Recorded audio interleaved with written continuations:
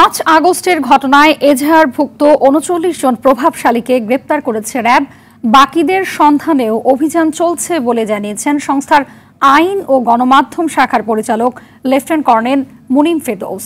দুপুরে কারণবাজারে RAB media সেন্টারে রাজধানী থেকে অপহৃত এক শিশুকে উদ্ধার বিষয়ে সংবাদ সম্মেলনে এমন তথ্য জানান তিনি। এ সময় আওয়ামী লীগ সাধারণ সম্পাদক ওবায়দুল কাদের সহ প্রভাবশালীদের গ্রেপ্তারে র্যাবের ভূমিকা নিয়ে তিনি বলেন, তাদের গ্রেপ্তারের চেষ্টা চলছে।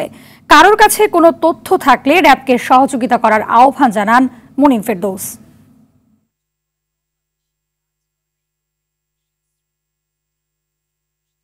বিভিন্ন এলাকার যারা নেতৃস্থানীয় নেতা ছিলেন এবং যারা ছিলেন তাদেরকে আমরা টোটাল 39 ধরছি এবং এটা সংখ্যাটা আরও বেড়ে যাবে। এটা 39 হচ্ছে, আমি লাস্ট প্রেস ব্রিফিংয়ের কথা বলছি। এখন এই কয়েকদিনে আরও যোগ হয়েছে। এদের বিষয়ে আমাদের তৎপরতা অব্যাহত আছে। আমরা যখনই তাদেরকে সুযোগ পাবো আমরা তখনই তাদেরকে গ্রেফতার করব।